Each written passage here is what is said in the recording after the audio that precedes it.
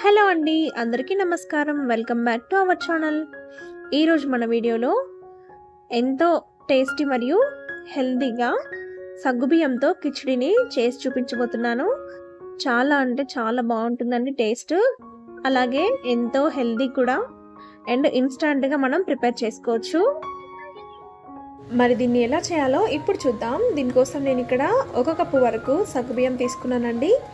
ఈ సగ్గుబియ్యాన్ని ముందుగా కొన్ని వాటర్ అయితే పోసుకొని మంచిగా వాష్ చేసుకోవాలి.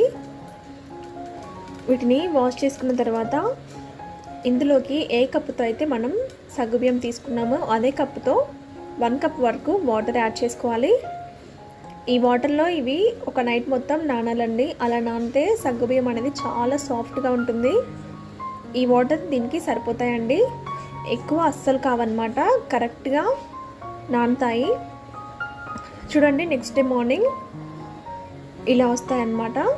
ఒకసారి మీరు ఒక సగ్గుబియ్యాన్ని పట్టుకొని ఇలా నొక్కితే కనుక చాలా బాగా నానిపోయి ఉంటాయండి, చాలా మెత్తగా ఉంటాయి. అండ్ ఇవి అతుక్కపోవు కూడా అండి, ఒకదానికొకటి విడివిడిగా ఉంటాయి, చాలా పొడి పొడిగా ఉంటాయి అన్నమాట. సో దీంతో పర్ఫెక్ట్గా మనం కిచిడి చేసేసుకోవచ్చు. దీనికోసం ఇక్కడ నేను 2 పొటాటోస్ తీసుకున్నానండి.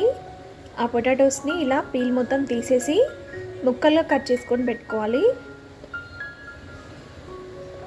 మీ ఇష్టం అండి, ఎలా అయినా కట్ చేసుకోవచ్చు.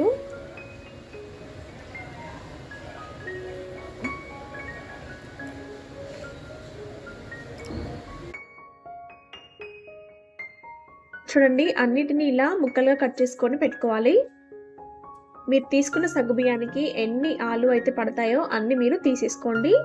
నేను ఇక్కడ 1 కప్కి 2 ఆలు తీసుకున్నాను. ఇవన్నిటిని ఒక బౌల్లో వేసేసుకొని 1 గ్లాస్ వరకు వాటర్ వేసుకోవాలండి. ఈ వాటర్ని యాడ్ చేసుకొని స్టవ్ మీద బాగా ఉడికించుకోవాలి. ఈ ఆలు అనేది మెత్తబడిపోయేంత వరకు ఉడికించుకుంటే సరిపోతుంది. చూడండి, మీరు ఒక ఫోర్క్ తీసుకొని ఒక ఆలుని ఇలా మెరిపి చూడండి, మీకు ఈజీగా ఇలా వచ్చేస్తుంది అనమాట. మనకు ఆలు అయితే చాలా బాగా ఉడికిపోయింది.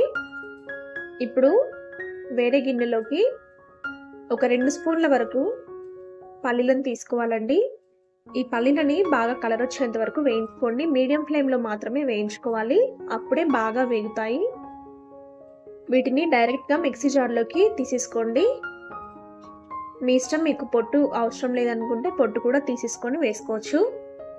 చూడండి, ఇలా కోర్సుగా మిక్సీ పట్టుకోండి. మనకి పల్లి పలుకులు అనేవి అక్కడక్కడ తగులుతుంటే చాలా టేస్టీగా ఉంటాయి. వీటిని ఒక బౌల్లోకి తీసుకొని పక్కన పెట్టుకుందాము.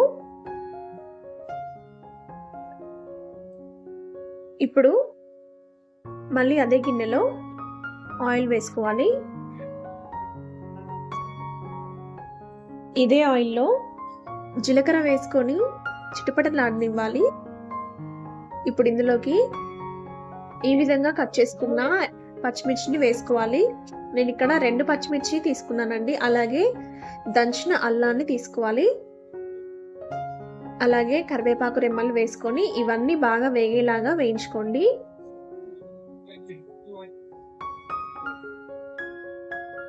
పోపు అనేది మాడకుండా ఇలా గరిటెతో కలుపుకుంటూ వేయించుకోవాలి.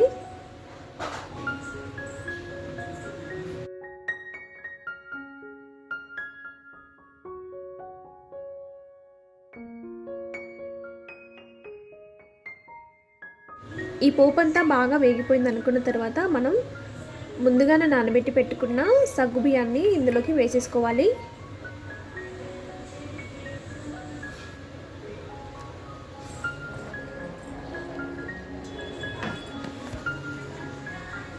అంతా వేసేసుకొని మనం బాగా వేయించుకోవాలండి.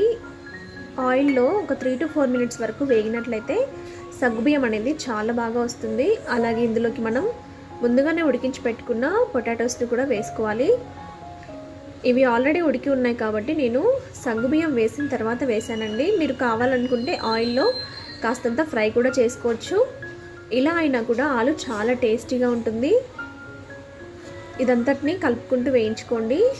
సగ్గుబియ్యం అనేది అడుగంటకుండా చూసుకోండి. ఇప్పుడు ఇందులోకి రుచికి సరిపడినంత సాల్ట్ వేసుకోవాలి. అలాగే కాస్తంత షుగర్ వేస్తున్నానండి. ఈ షుగర్ వేయడం వల్ల టేస్ట్ చాలా బాగుంటుంది. మీ దగ్గర షుగర్ పౌడర్ ఉన్నా కూడా వేసేసుకోండి. ఇవి కూడా వేసుకున్న తర్వాత మరొకసారి కలుపుకోవాలి.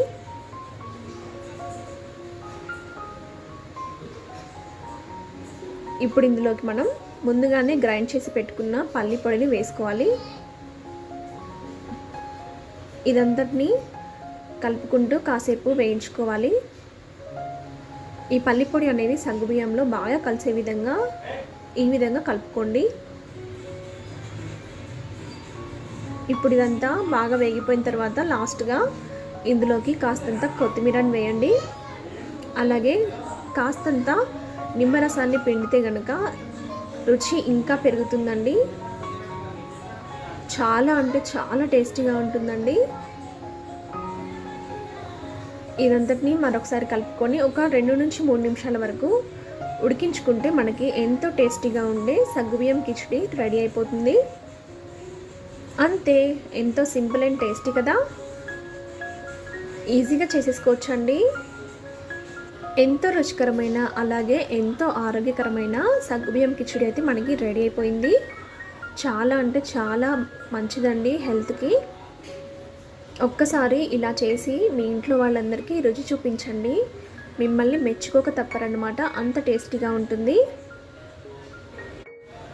ఒకసారి మీరు కూడా ట్రై చేసి ఎలా వచ్చిందో నాకు మాత్రం కామెంట్ చేయడం మర్చిపోకండి. మీకు ఈ వీడియో కనుక నచ్చినట్లయితే లైక్ చేయండి, షేర్ చేయండి. ఇలాంటి మరిన్ని రెసిపీస్ కోసం ప్లీజ్ నా ఛానల్ని సబ్స్క్రైబ్ చేసుకోండి. మరొక టేస్టీ అండ్ యమ్మీ రెసిపీతో మీ ముందుంటాను. ఉదయాన్నే హడావిడి లేకుండా సగ్గుబియ్యంతో ఈ విధంగా చేశారంటే ఇంటిల్లిపాది తృప్తిగా తింటారండి. చాలా అంటే చాలా రుచిగా ఉంటాయి అండ్ చేయడం కూడా చాలా సింపుల్ అన్నమాట. అండ్ హెల్త్కి కూడా చాలా మంచిది. ముందుగానైతే ఒక కప్పు సగ్గుబియ్యాన్ని ఇలా నానబెట్టుకోవాలి. ఒక 2 గంటల ముందు నానబెట్టుకోవాలి. లేదంటే ఉదయం చేయాలనుకుంటే నైట్ అయినా నానబెట్టుకొని పెట్టుకోండి. ఈ విధంగా మెత్తగా నానిపోతాయి. ఇలా నానిన వాటిని మిక్సీ జార్లోకి తీసుకొని మెత్తగా గ్రైండ్ చేసుకోవాలి. ఇందులో ఉన్న వాటర్తో సహా నేను గ్రైండ్ చేసుకుంటున్నానండి. ఎందుకంటే మనం ఇందులోకి వాటర్ కూడా యాడ్ చేయాల్సి ఉంటుంది అనమాట. ఈ విధంగా మిక్సీకి వేసుకోవాలి. ఇలా మిక్సీకి వేసుకున్న దాన్ని ఒక మిక్సింగ్ బౌల్లోకి తీసుకోండి. ఇలా తీసుకున్న దాంట్లోకి మనం ఏ కప్పుతో అయితే సగ్గుబియ్యం తీసుకున్నామో అదే కప్పుతో 1 కప్పు ఉప్మా రవ్వను తీసుకోవాలి. దీన్నే బాంబే రవ్వ లేదా సూజీ అని కూడా అంటారు. ఇందులోనే ఒక 5 నుంచి 6 టేబుల్ స్పూన్స్ వరకు పెరుగును వేయాలండి. పెరుగు కూడా వేసుకున్నాక ఇవన్నీ బాగా కలిసేలాగా బాగా మిక్స్ చేసుకోండి. వాటర్ ఏమన్నా పడతాయని అనుకుంటే వాటర్ని కూడా యాడ్ చేసుకోండి. పిండి కన్సిస్టెన్సీ అనేది మరీ చిక్కగా ఉండకూడదు, మరీ పలుచగా ఉండకూడదండి, మీడియంగా ఉండాలన్నమాట. దోశ పిండి కంటే కాస్తంత చిక్కగా ఉండాలండి. ఈ విధంగా కలుపుకొని ఒక 10 నిమిషాల పాటు మూత పెట్టి పక్కన పెట్టుకోండి. 10 నుండి 15 నిమిషాలు పెట్టినా నో ప్రాబ్లం అండి. పిండి అనేది మనకి బాగా నానాలన్నమాట. చూడండి, 15 నిమిషాల తర్వాత మనకు పిండి బాగా నానిపోయి ఉంటుంది. ఇలా నానిపోయిన దాన్ని ఒకసారి కలుపుకొని ఇందులోని రుచికి సరిపడినంత సాల్ట్ని యాడ్ చేసుకొని మొత్తం బాగా కలుపుకోండి. ఇలా కలుపుకున్న తర్వాత ఇందులోకి సన్నగా తరిగిన ఉల్లిపాయ ముక్కలు, అలాగే సన్నగా తరిగిన కరివేపాకు, కొంచెం జీలకర్ర వేసుకోండి. మీరు కావాలనుకుంటే క్యారెట్, కొత్తిమీర కూడా వేసుకోవచ్చు. మీకు నచ్చిన వెజిటేబుల్స్ వేసుకోండి. వేసుకొని అంతా బాగా మిక్స్ చేసుకోవాలి. మీరు ఈ దోశని ఫస్ట్ టైం చేస్తున్నట్లయితే ఇందులోకి 1 టేబుల్ స్పూన్ వరకు గోధుమ పిండిని కూడా వేసుకోండి. ఇది వేసుకోవడం వల్ల మనకి అట్లనేవి చాలా బాగా వస్తాయి, విరిగిపోకుండా వస్తాయి అన్నమాట. గోధుమ పిండి మీ ఆప్షనల్ అండి, వేసుకోకపోయినా పర్లేదు. ఇలా వేసుకున్న దాన్ని మనం ఒక ప్యాన్ మీద అటులాగా పోసుకోవాలి. ముందుగా ప్యాన్ మీద ఆయిల్ని స్ప్రెడ్ చేసుకొని ఇలా ఒక గరిటె తీసుకొని దాంతో మనం అటులాగా పోసుకోవాలి. దీన్ని కాస్త మందంగానే పోసుకోవాలండి, పలుచగా పోస్తే రాదనమాట. పైనుంచి కూడా ఆయిల్ని స్ప్రెడ్ చేసి మీడియం ఫ్లేమ్లో మాత్రమే బాగా కాల్చుకోవాలండి. ఒకవైపు బాగా కాలిన తర్వాత మరోవైపు తిప్పుకోవాలి. ఇది కాలక ముందు మీరు తిప్పినట్లయితే అస్సలు రాదండి, విరిగిపోతుంది. ఈ విషయం బాగా గుర్తుపెట్టుకోండి. అంతే, 2 వైపులా బాగా కాల్చుకుంటే సగ్గుబియ్యంతో టేస్టీ టేస్టీ దోశ రెడీ. చాలా అంటే చాలా బాగుంటాయండి టేస్ట్. దీన్ని మీకు నచ్చిన ఏ చట్నీతో తిన్నా కూడా అదిరిపోతాయన్నమాట. అండ్ చాలా సాఫ్ట్‌గా కూడా ఉంటాయి. మార్నింగ్ బ్రేక్‌ఫాస్ట్‌గా గానీ, నైట్ డిన్నర్‌గా కానీ ఎలాగైనా కూడా సూపర్ అంటే సూపర్ ఉంటాయండి. అండ్ హెల్త్‌కి కూడా చాలా మంచిదన్నమాట. మీరు కూడా ట్రై చేయండి. ట్రై చేశాక మీకెలా వచ్చిందో నాకు కామెంట్ చేయడం మర్చిపోకండి. నచ్చితే లైక్ చేయండి, షేర్ చేయండి. ఇలాంటి మరిన్ని రెసిపీస్ కోసం సబ్స్క్రైబ్ చేసుకోండి.